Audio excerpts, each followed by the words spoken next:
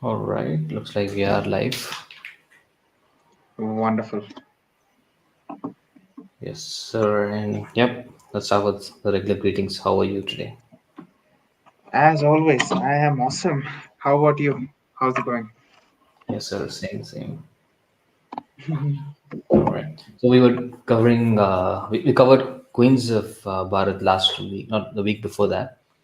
And Mm, we've covered few of those, I think 3 to 4 queens we've covered. And then yes. that wasn't sufficient time as well. So we thought we'll extend this to a part two and a part three if possible. So today we're covering Oh, 3 other queens, mm-hmm, Kitu Channamma, mm-hmm, Avanti Bai Lodi, as well as Rani Rudramadevi, right? And mm. yeah, I think that's where we're starting with. So we'll start with Kitu Channamma. Let me Yes, so, present this on the screen. Yes, sir. Yep. yeah, we'll get started, I guess. So, Kittur Rani Channamma, the infamous Kittur Rani Channamma. Everyone has heard about this queen. She is from Kakati, from Belgavi, and she's one of the most, arguably, one of the most famous personalities, historic personalities from Karnataka, and for good reason as well. I think, she was one of the first few people in the South region to start a revolt against the British, and the primary cause of this being the doctrine of lapse.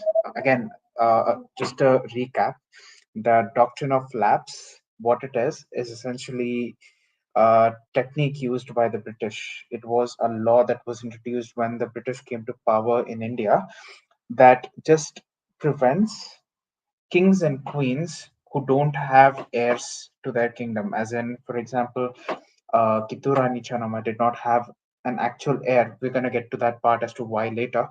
But she did not have an heir to this kingdom, a successing child of her own.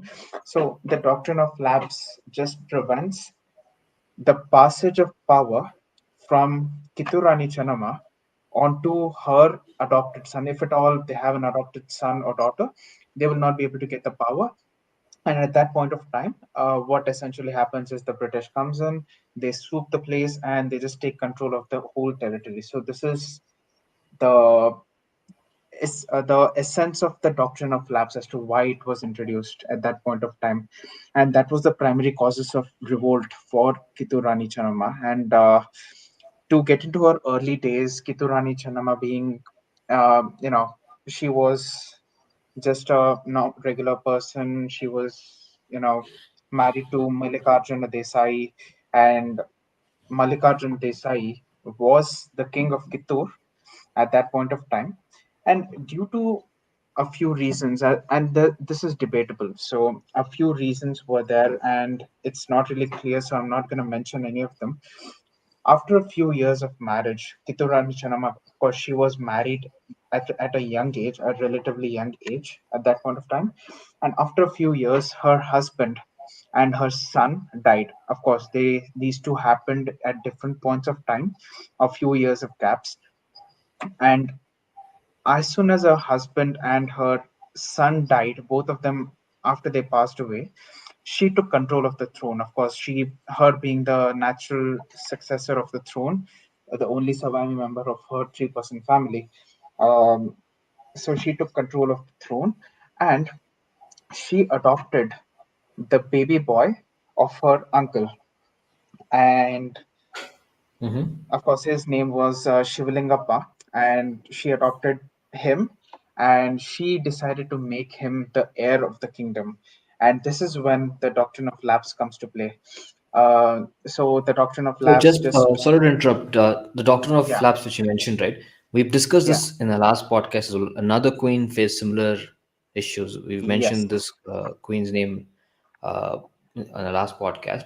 Just to hmm, highlight the timeline, we're talking hmm, about Katur Rani Channama. The duration was around 1778 to 1828. This was the time yes, that she was playing this role, and hmm, that's when the British had their rules. And as you mentioned, she was married and other things as well, right?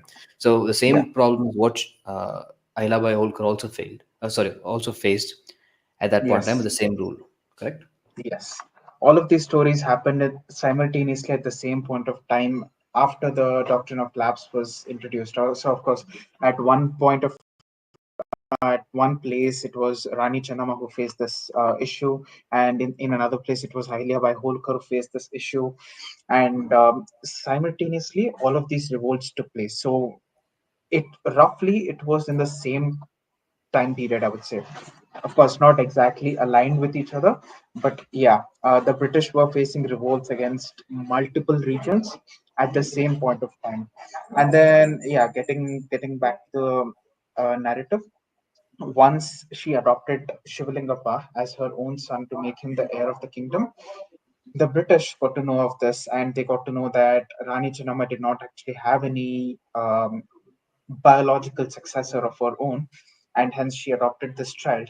And at that point of time, I think it was what was his name? His name was the person from the British who came in to take control of the kingdom. I think it was Thackeray. It was I don't remember his first name, but it was Thackeray was the person who came in and just came into the kingdom of Rani Channama, and Mhm.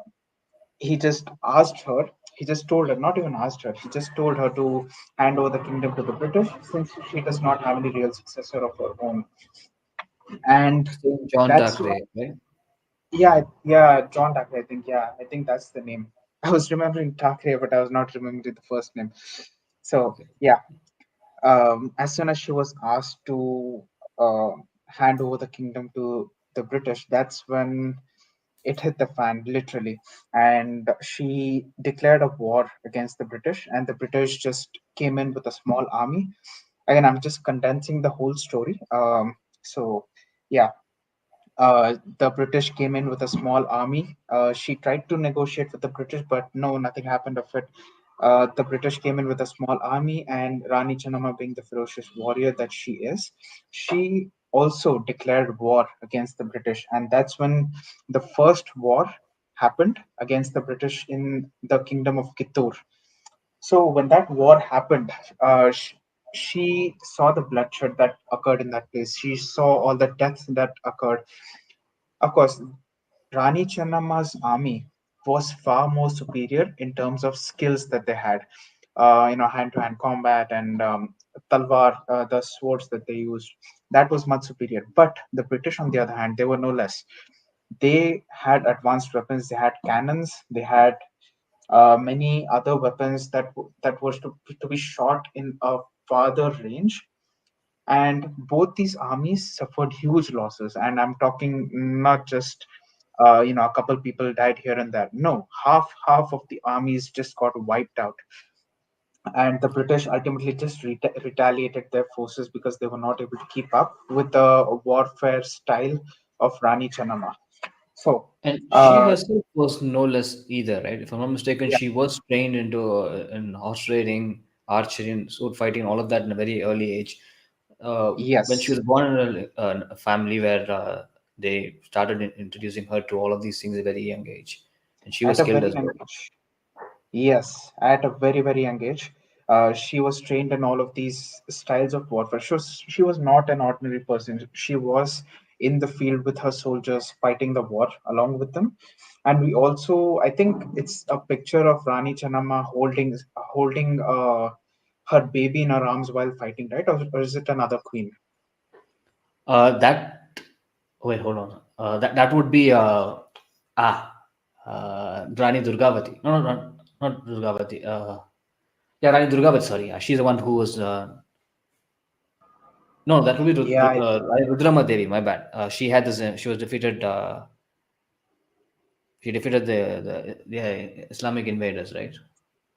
yeah, I think it was the old what was that comic name? Ashoka or something. Uh, Not remembering that comic, but yeah, the a baby was strapped onto the chest area, and the lady just fought the war.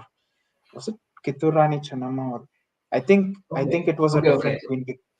No, Yeah. there are actually multiple of those. So the one I was referring to was actually Nike Devi. She had the baby on her lap because when she defeated Oh, what's his name, Muhammad. Gauri, Yeah, Gauri. and the famous title goes that he was defeated by the army of infant. The infant was the baby. Like, so she wasn't actually the queen; she was the queen regent, right? So Yeah. that's the celebrity. Yeah, but even Kittur and Janam also held a baby, close to her. When that, yeah, I've seen that as well. Yeah, but since there Yeah. are multiple queens during this time, either were very young. Even we spoke about Rani Durgavati last time, and she was very young, and she had a baby at that point of time as well. Right? So yeah, Hmm. Yeah. I think I was right. It was Kitturani Chanama, right? In those old comics. I'm not remembering the name of the yes comics, sir, yes sir. but yeah, the stories did tell her. But I think that's a false depiction. The reason why I brought it up is because later on, after we're gonna get to this detailed part later. But yeah, later on, when Rani Chanama was captured, Sangoli Rayana he brings along Shivalingappa as his accomplice in order to lead the revolt against the British. So that's why I got confused as to was it Shivalingappa strapped to Rani Channamma during the war, or was it another queen? Because if it was Rani Channamma, then it does not really make sense with the timeline where during Rani Channamma's imprisonment, Sangoli Rayana recruits Shivalingappa and leads the revolt. But yeah, not really sure on that. Correct, because Um, that was the one in question. John Thackeray contested that they never had a kid, so there was never actually yeah, an infant at that point of time. That's the whole argument the British had. But before yeah, that, I think you should talk about Sangoli Rayana and who he is to add more yes, context. definitely. Yeah, definitely. So we're gonna just incorporate Sangoli Rayana when he comes in between the stories. So yeah, Yes, sir. where I was Before after Sangoli Rayana, I guess. yeah, yeah, after Rani Channamma saw the whole bloodshed that happened on both sides of the war, she decided to negotiate with the British. And the British, the whole condition was that you leave my kingdom alone, you leave me alone, and you just retaliate with your forces. You don't bother here again, and we'll spare your soldiers. And also, they also took hostages of the soldiers as well. So, yeah, uh, Rani Channamma just negotiated that I'll let go of your hostages on the condition that you never bother us again. You don't come here poking your nose, and that was the whole agreement. But the British, being the British, they betrayed the whole agreement, and they ultimately returned with a larger army, a much significantly larger army, and the second battle of Kittur took place just not even a few years later. It was, I think, a few weeks later, but the whole timeline is unclear on this. But yeah, they did return with a much larger army, and this time the battle was much more, I would say, intense. Intense, I think intense is the right word. Mhm. Intense being the word here because this battle was fought for a whopping 12 days continuously.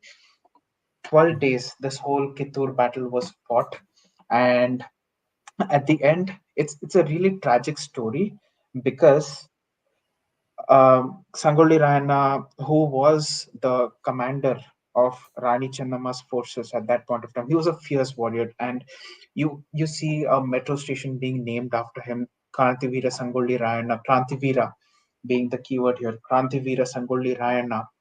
The reputation that that man has, it's unparalleled to what other freedom fighters have around in this region. And even with Krantivira Sangoli Rayana's leadership, they lost that battle because the reason being that Rani Channamma was ultimately betrayed by her own soldiers, two soldiers in particular whose name I could not find anywhere on the web. So these two soldiers were essentially bought by the British. They were bribed by the British, and their role was to mix the gunpowder that was used in Rani Channamma's cannons. Yes, she had cannons at that point of time. Their role was to mix mud and cow dung along with the gunpowder that was used in her cannons in order to fire the British. Without any of these advanced weapons that used gunpowder, the whole Mhm. army was helpless at that point of time, and they were defeated. and Rani Channamma was taken hostage.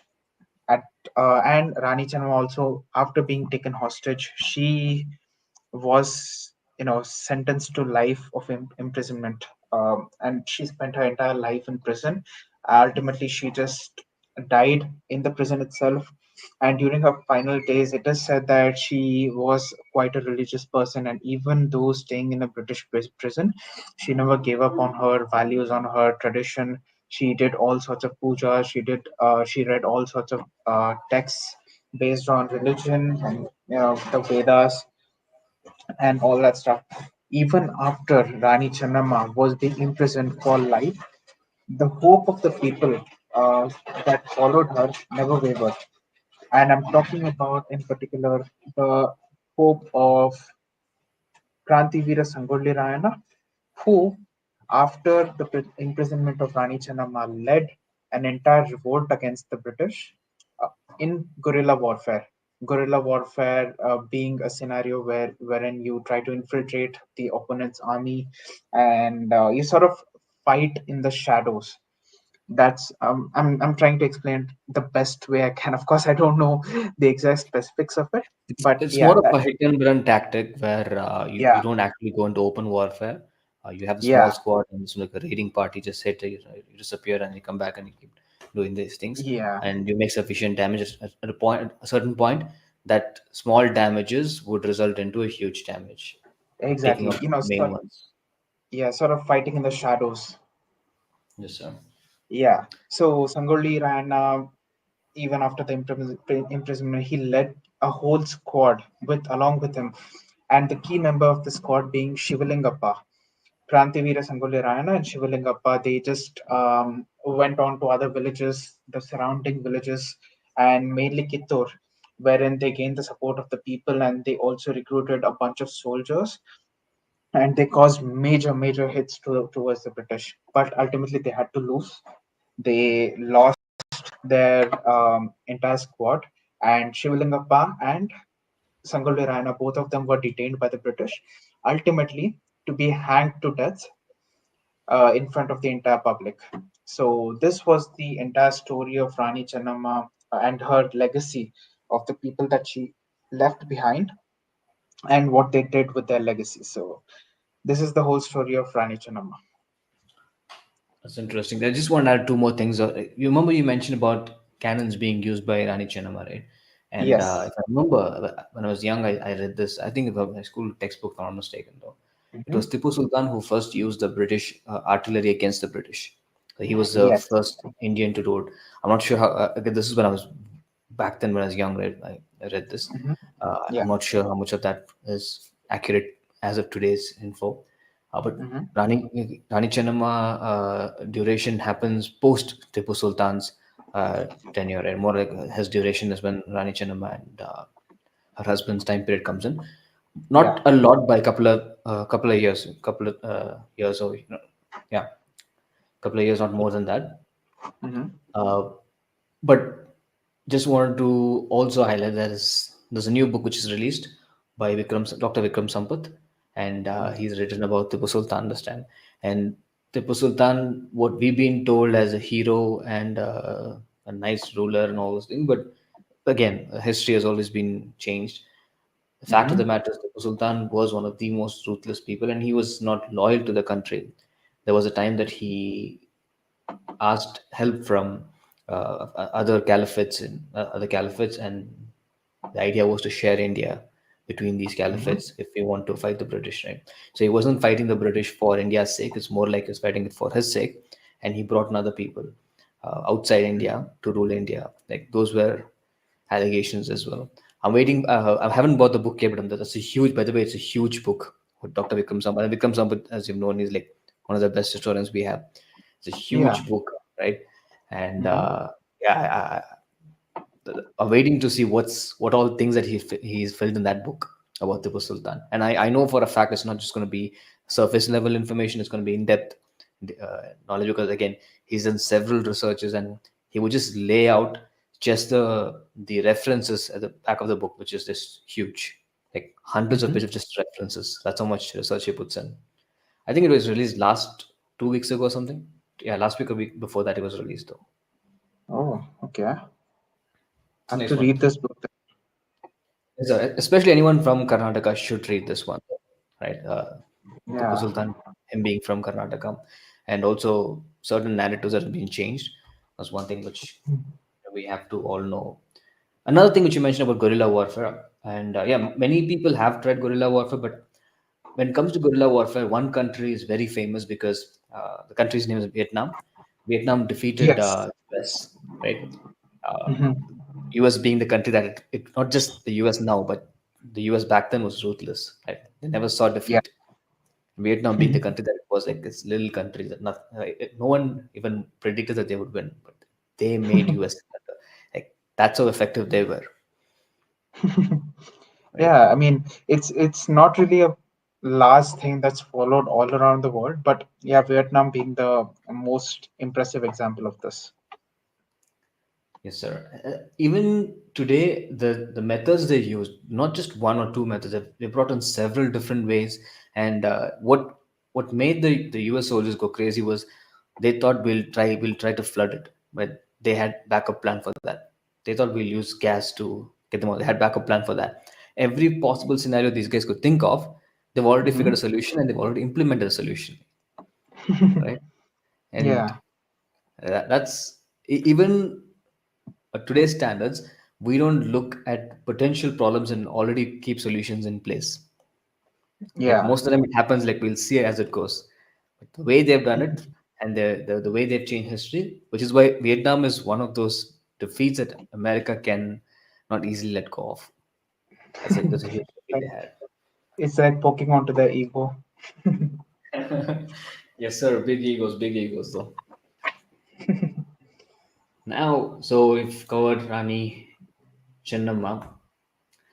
Let's talk Yes. about Rani Rudramadevi. So Rani Chennamma, as you mentioned, she's from the Karnataka region, right? Hmm. And Rani Rudramadevi, she comes from the Andhra region, right? Yeah. And she is quite famous as well. Again, when I say famous, for her during her period of time, she was famous. But do Hmm. we know about her? Not really.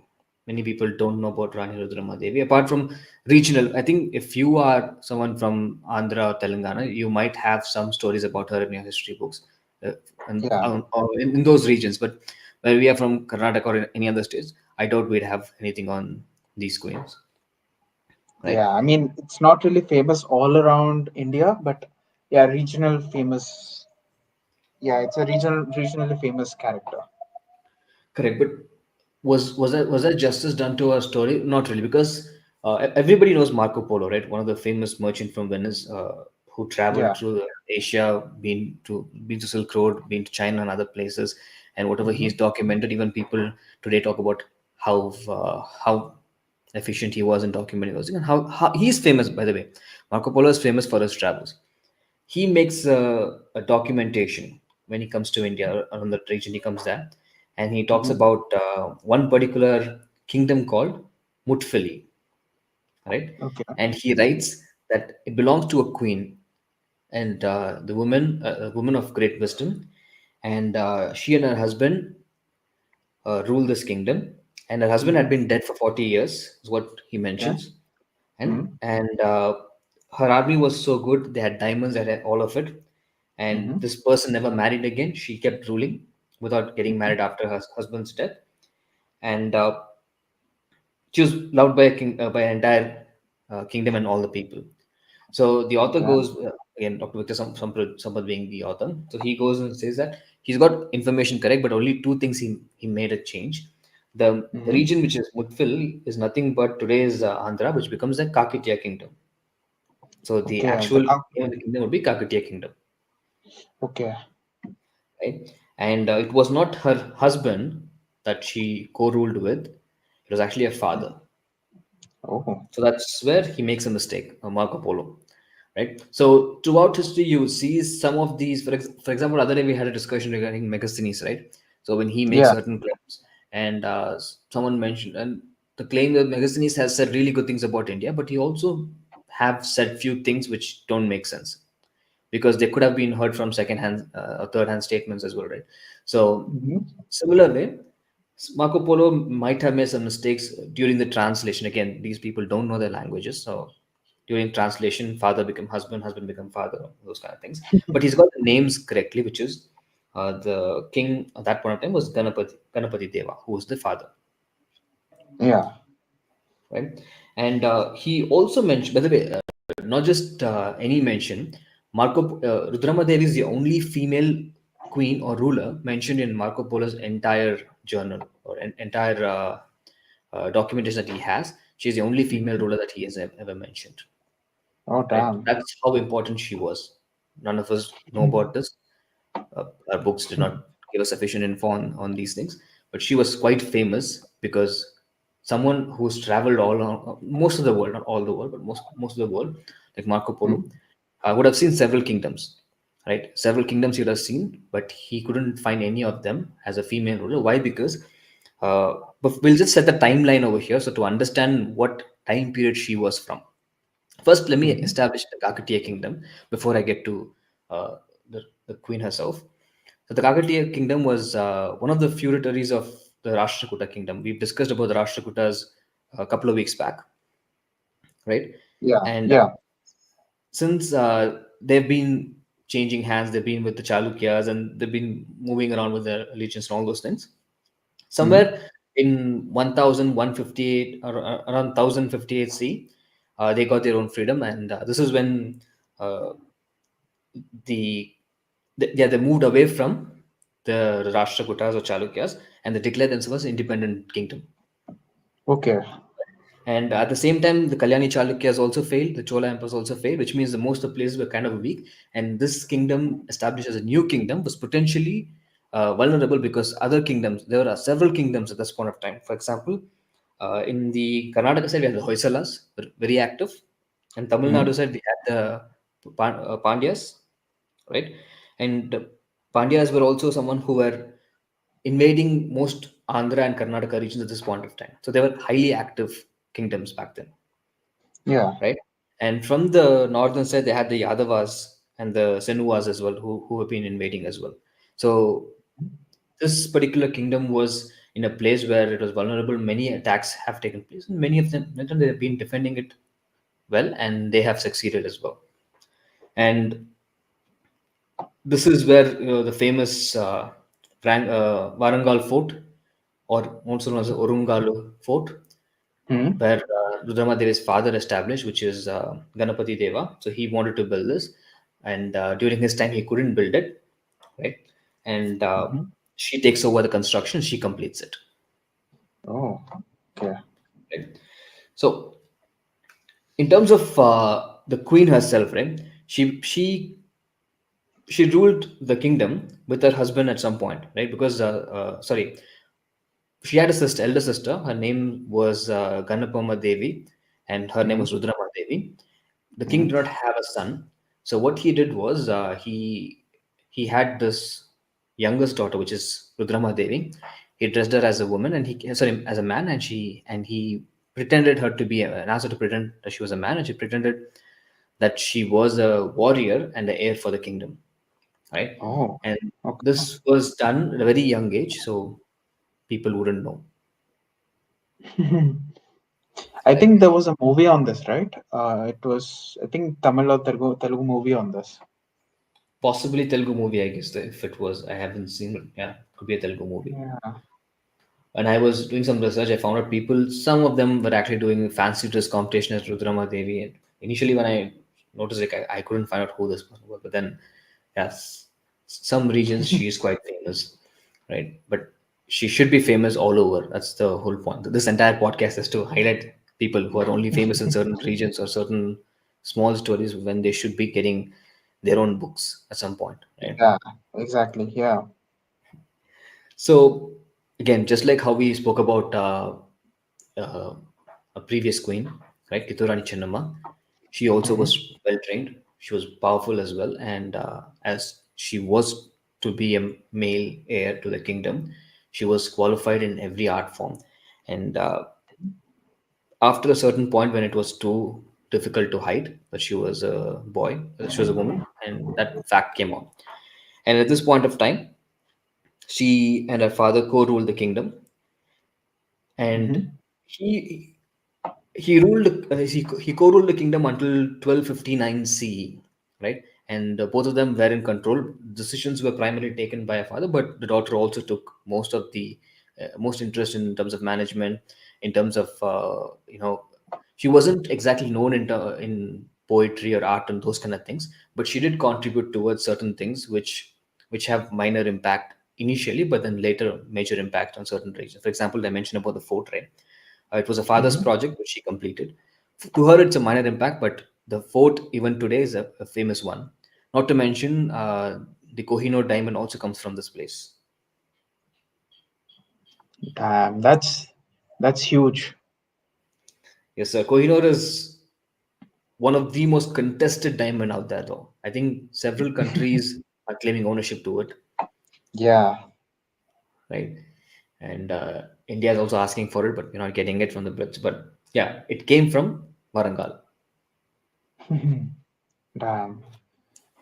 So what her father did was after around 1259, see, he stepped down. He was alive, but he stepped down, right? Mm-hmm. And he wanted her daughter to take command. She did take command, but she didn't ascend to the throne as queen, because out of respect for her father, what she did was she ruled, but not as a queen, as a form of a regent and a main heir.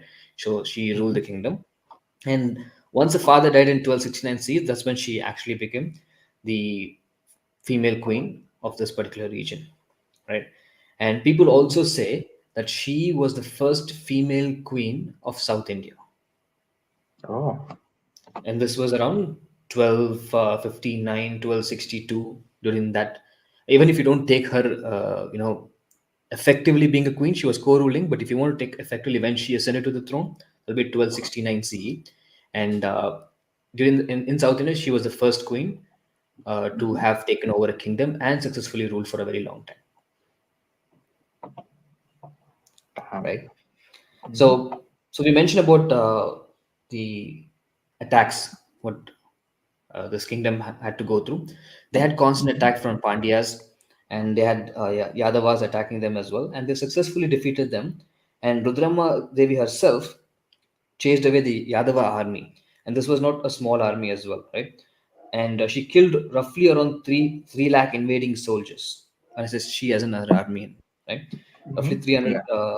3 lakh invading soldiers, and then she also made them pay a fine, not in small amounts, in crores, with money, horses, and other things, Okay. right? Cash and This is the goods. amount of tax she did collect from these invaders. She defeated them, humiliated Mm-hmm. them, and also collected tax, Talk about right? thug life. And most of the people, right, the Yadava clan, or not the Yadava clan, sorry, the Yadava kingdom. The Yadava Mm-hmm. clan is from Mahabharata. I got confused for a second. The Yadava kingdom. My bad. I think maybe Yeah. they are tied in a way, but for now I don't know. So I'm just gonna get it as Yadava kingdom or the Yadava dynasty, right? So what they would do is they would start spewing lies about her, that she never won battles and all those things, because they couldn't take the humiliation of being defeated by a female, and that was too much, not just for the king but the entire kingdom, right? So they would actually come Yeah. up with random things to say about her, that she didn't defeat us, we defeated them, we gave that to stop the war and all this thing. But we have Mm-hmm. documentation on both the sides which Mm-hmm. talks about her achievements. Apart from the Yadavas, the other kingdoms, like mentioned about the Hoysalas as well as the Pandya, right? They also made documentations, and her achievements have been noted as well. And her own kingdom they have made as well. She was not into these kind of things where she was actively, involved into bureaucracy where she would have herself portrayed high. She was known to be the person who liked to fight most than anything else, Oh. right? So she would be involved in warfares mostly, not into the pleasantries and other things, whatever the title has to offer, Mm-hmm. right? And what happened after a certain point when the entire Andhra and Telangana region today, where she ruled for a very long time, she defeated the Pandyas, and she defeated the Yadavas. Several people were several armies were defeated by her, and she made a name for herself as one of the most fearless warrior princess and warrior queen, right? And Yeah. everyone who had to fight with her, they had to mention about the way she fought. And it wasn't the army was in the front and they were doing the battle. It was almost always, the stories goes the same, which is she led the battle and she was in the front line.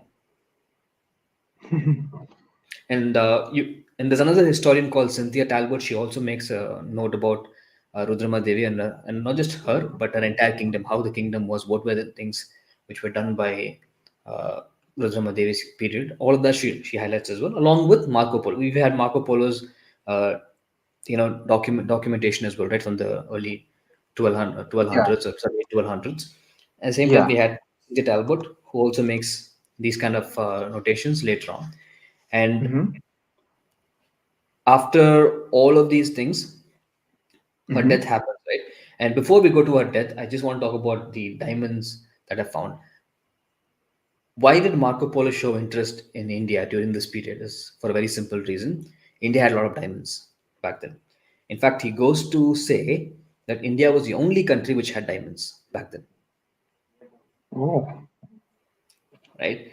And that's an interesting one because we're talking about we've been told these stories when we were kids that we were so rich that we used to sell diamonds and golds on the street. This was Mm-hmm. actually true based on Marco Polo's info, right? And that diamonds were so commonly available in the Andhra region. And he makes a big statement about the diamonds. And this is one of the funniest things which you would ever read, because you would never imagine diamond this way. Like you would, it's like collecting random stones from the streets. That's how the story goes. So he talks about there's a mountain where there's a mountain in Andhra, and during the rainy season, there's a huge torrents of rain which washes away all the rocks and the diamond particles as well. And as it washes away, they settle at some point, right? And people would Mm-hmm. go there, those places, and they would just filter out and see how much diamond they find. Right? Oh. Let that sink in. That's how diamonds were, right? They just flow and they'll just go for it. It's like finding diamonds in trash. Right? And during summers, they had a different hobby of finding diamonds. What these people of the kingdom would do, the Andhra would do at that point of time, is they would Mm-hmm. tie meat into small balls, like a lump of meat. They'll tie it to a rope and they would throw it at the mountain. And this Oh. particular meat lump would fall there, and Mm-hmm.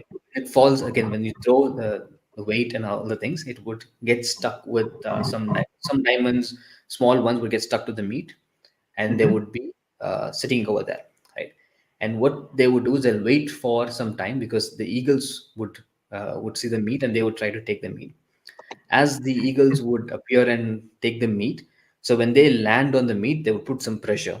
When the pressure is applied, whatever diamonds they could find in that region, that would get stuck in Oh. the meat, and the eagles would lift them up. When the eagles would lift them up, they would yank the rope, so the eagles would drop the meat, and they'll go look for the diamonds which were attached to the meat.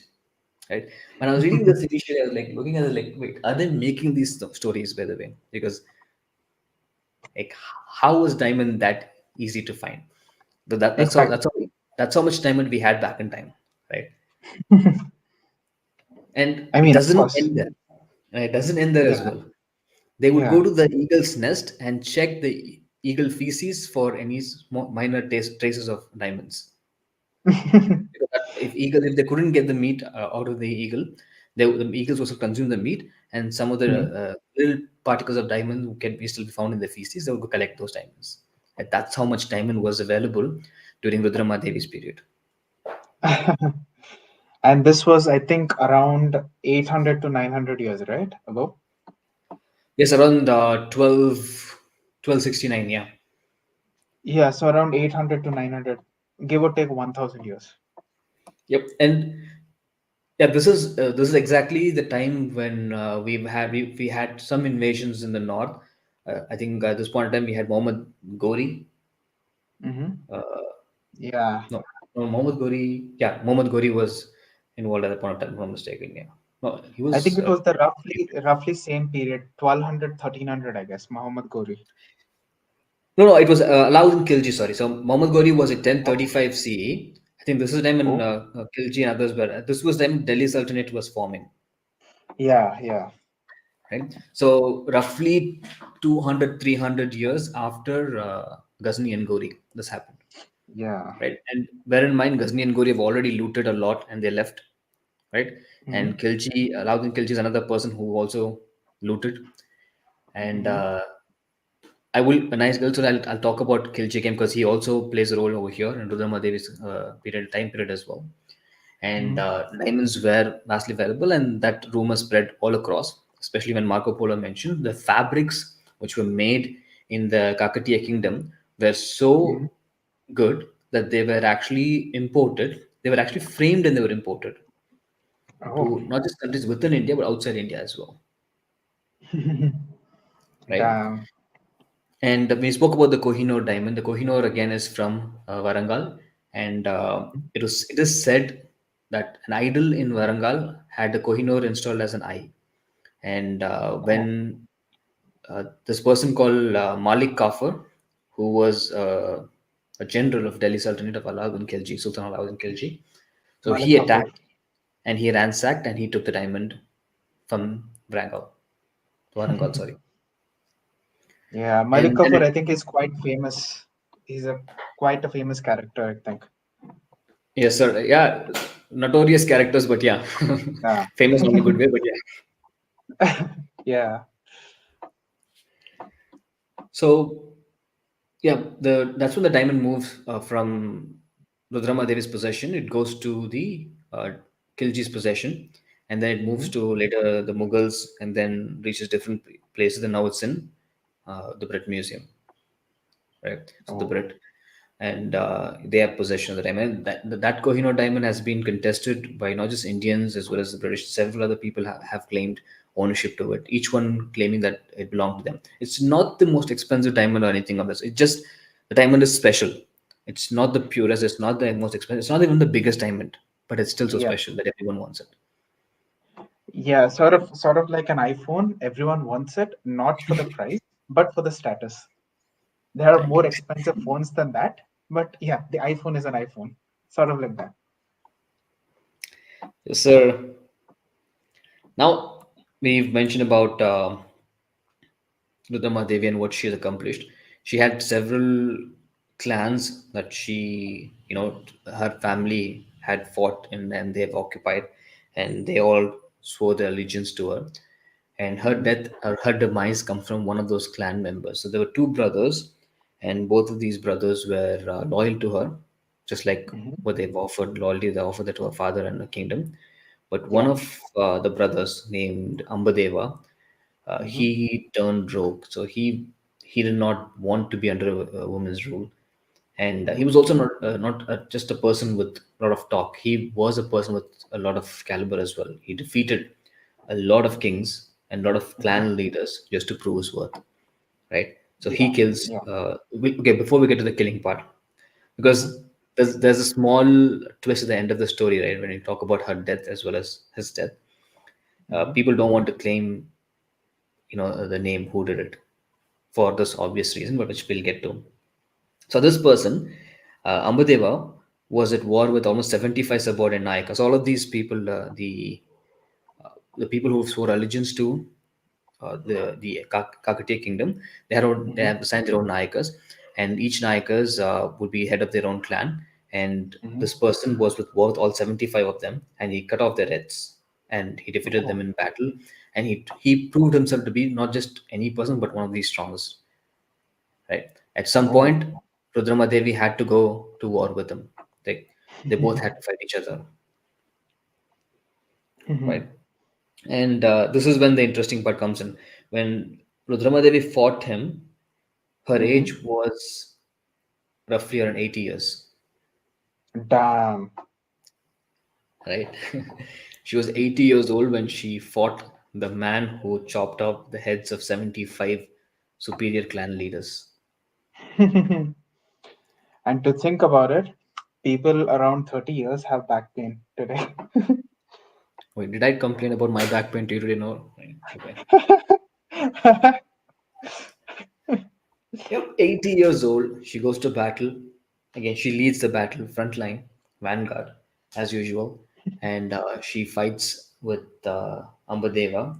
And this Mhm. is where the story ends, by the way, because there is no mention of her death, nor does anyone take claim for her death as well, though. The reason because it was evident because there was no mention of any war post that of Mhm. Rudrama Devi, nor were there Mhm. any wars from her kingdom which has been listed out as well.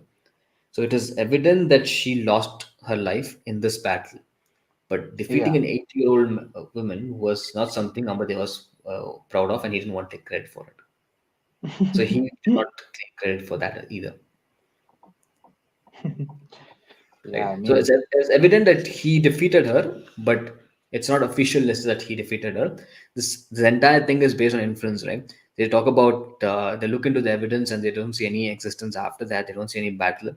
And there's someone called Mallikarjuna who was part of her court, Rudrama mhm. Devi's court, and he Mhm. had made some documentation about people making donations in her name post that. So keeping those information. The same woman mentioned about Cynthia Talbot initially, right? She's an historian. So she says that Yeah. there is no visibly any evidence of her death, but we can Mhm. only understand based on inference that she died in this battle, and Ambadeva did not want to take credit for this only because he was also ashamed to defeat an 80-year-old woman, and that's not something that people would praise him for, or would anyone follow it, because no matter 75 heads he chopped off, that one 80-year-old woman was going to make him look weak. Yeah, definitely. I think it comes down to his ego. He did not want to take credit for something so horrendous. Yes, sir. And during that time, she was quite famous for her way of ruling. There weren't any complaints or there were any dissatisfactions which were expressed with her rule. People were happy. Even her own court, for example, we discussed about Razia Sultana, right? And Yeah. people were not happy. Her own loyals were not happy with it. They had issues working under a woman or reporting to a woman. They had a problem with that, right? Yeah. And they did conspire against her and they did send her off, and then so many things happened. And this, you could see this in the history throughout several of these uh, men. So apparently, they are known as the royal ones, or the powerful men of the kingdom. So Hmm. these royal men, what they do is they retain some kind of power which they don't want to. They don't want to bow down to a woman. So they retain a certain level of respect. But Yeah. that was not the problem she faced at all in her rule, in her kingdom. She was successful, and people respected her for her success and for her hard work, which is very rare, by the way. Even when you talk about these queens, you don't get to hear this part of the story. That you always hear there's always some kind of internal struggle, but there were no internal struggles mentioned anywhere. Mhm. Yeah. It speaks volumes, right? Good leadership and all those things, right? So that's an interesting take. Yeah, and her death, though no one claimed credit for her death. That was the Mhm. end of the famous Rani Rudrama Devi. She deserves more, not not a couple of pages in any textbook, but all textbooks. She deserves an entire book dedicated to her, and Yeah. hopefully some. I think there was an author called Nandini Sengupta. So she wrote a book on Rani Durgavati. We spoke about Rani Durgavati on a previous episode, right? So she wrote Yeah. a book on Rani Durgavati. I hope we Mhm. have someone who also takes similar interest in it. Uh, Mhm. Not just books, but academic books on these people. Right? We have Tipu Sultan's book, which is coming out, which came out with Vikram Sam. It's an academic book. As an historian, that is something that you can have in universities. We need something of similar standards for these queens as well. Yeah. I mean, it just comes down to the impact that the queen had upon the region that she ruled upon. Not necessarily bound to that region, but you know, just a small part of it. Yes, sir. So one of the interesting stories that I had to read when I was researching about Rani Rudramadevi, and Yeah. there are other queens as well. Like if she's not the only fearless one, and the stories, amazing stories of her. There are other queens which we would want to talk about as well. They too have interesting stories, and Hmm. we should get to those queens as well. Enough screen time for you, Rudramadevi. Please move on. All right. So next in the list, Rani Avantibai Lodi.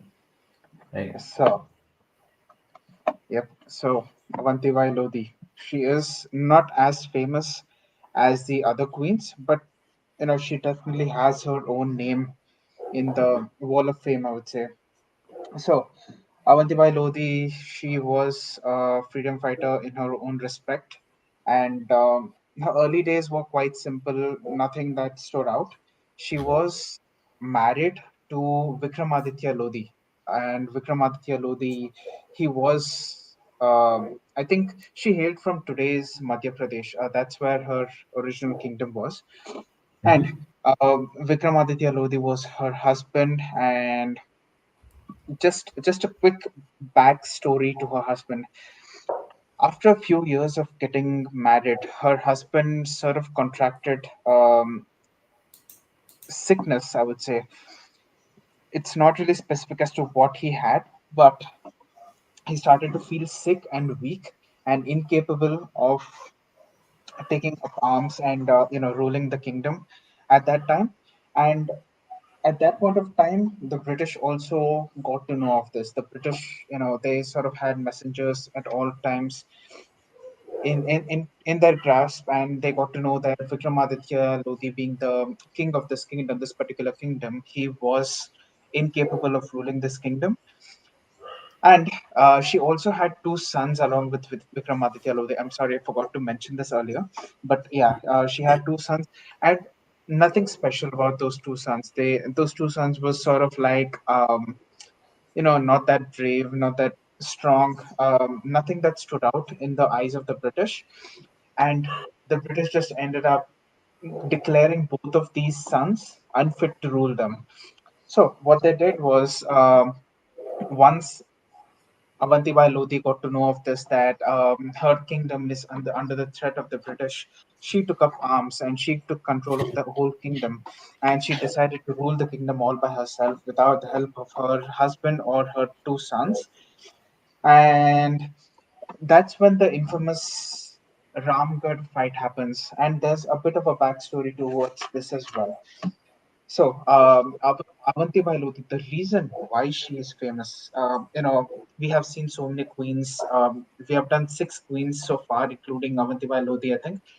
And all of Yes, sir. these queens had bravery in their own respect. They had bravery in their nature, they had integrity in their own nature.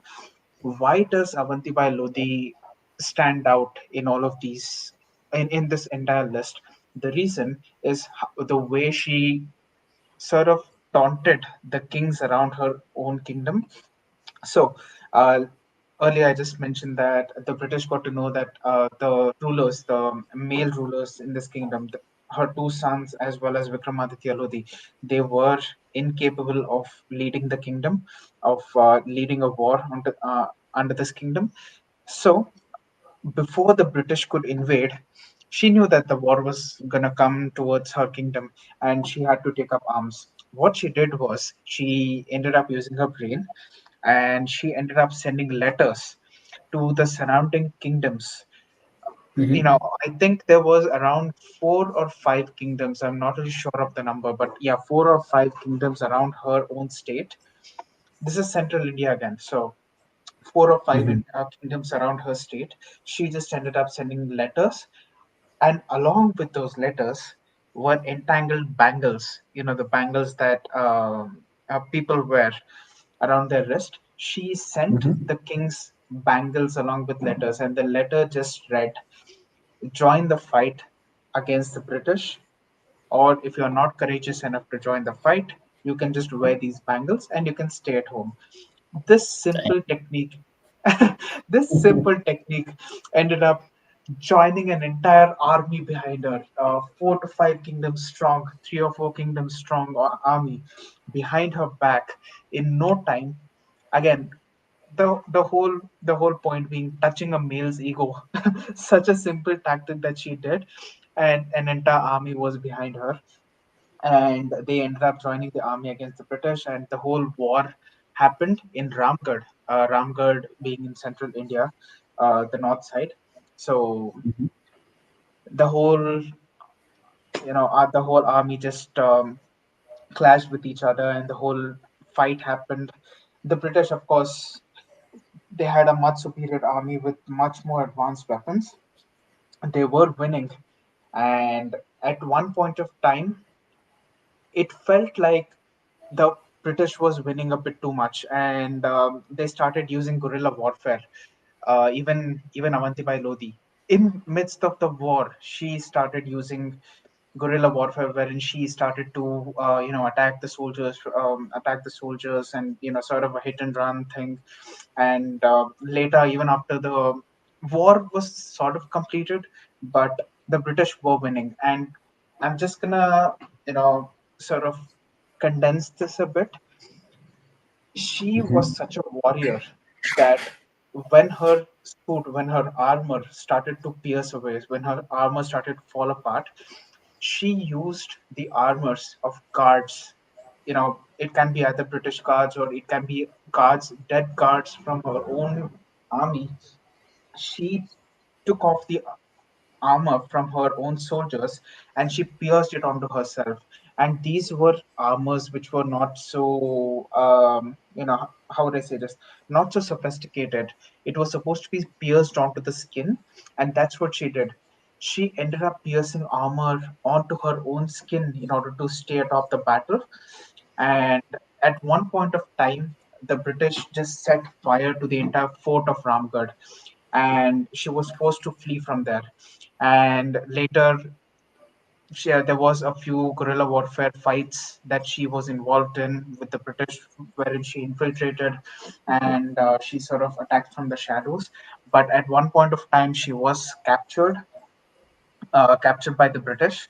And at that time, when she felt completely helpless, when she felt like this is going to be her ultimate, um, you know, sort of fight or flight thing in her life, she either had to run, which was no longer an option, or she had to fight for her life. When she knew that there was no other option, there was no other third option, and she was not going to win this fight, she ended up taking her own life by driving a sword into her own body, and she just died over there. She chose honor over disrespect, and that's how her story ended, in a really sort of interesting turn of events, wherein you would think that such a warrior would win that battle, but they were so outnumbered that they could not win that battle, and she ended up taking her own life. So that's about Avanti Bai Lodi. Interesting. So we've seen this similar story with a different person as well, right? That was Rani Yeah, Durgavati, where she also chose not to be captured by the opposite team or the enemy. So she chose to she put a dagger to her chest and she killed herself. yeah, yes, exactly. Uh, these two stories sort of relate to each other, and sort of, yeah, just two queens choosing honor over disrespect. Interesting. So we've covered several queens so far, right? So six Yeah. plus. Yeah, I think six queens we have covered. I think we have covered Razia Sultana, we have covered Rani Durgavati, we have covered Ahilya Bai Holkar, Rani Channamma, Avanti Bai Lodi, Rudrama Devi, and Padmavati. How much was that? One, two, three, four, five, six, seven. I think it was seven. Seven queens, yeah. So seven interesting topics that we covered so far, and we still have a few more that we would like to cover as well. Not to Yeah. mention, next week we'll have, next week we'll have more, and then we should be able to discuss the other queens as well and complete what we have to say. But that's an interesting Sure. discussion we've had today as well, though. Yep. Almost, yeah, cover almost an hour now. That's an interesting discussion, and we did do justice to these queens. Yep. It was a fruitful I'm discussion, I satisfied. would say. Yeah, Yes, me sir. too. So that's good talk so far, I guess. So see you again next week, Thursday, Yes, sir. with You too. part three. Yep. Excited for that one. Part three. Yeah. So we have a few more interesting queens to cover. Yeah, we'll do that next week. Yes, Thanks for sir. joining. Thank Take you for care. having me. You too.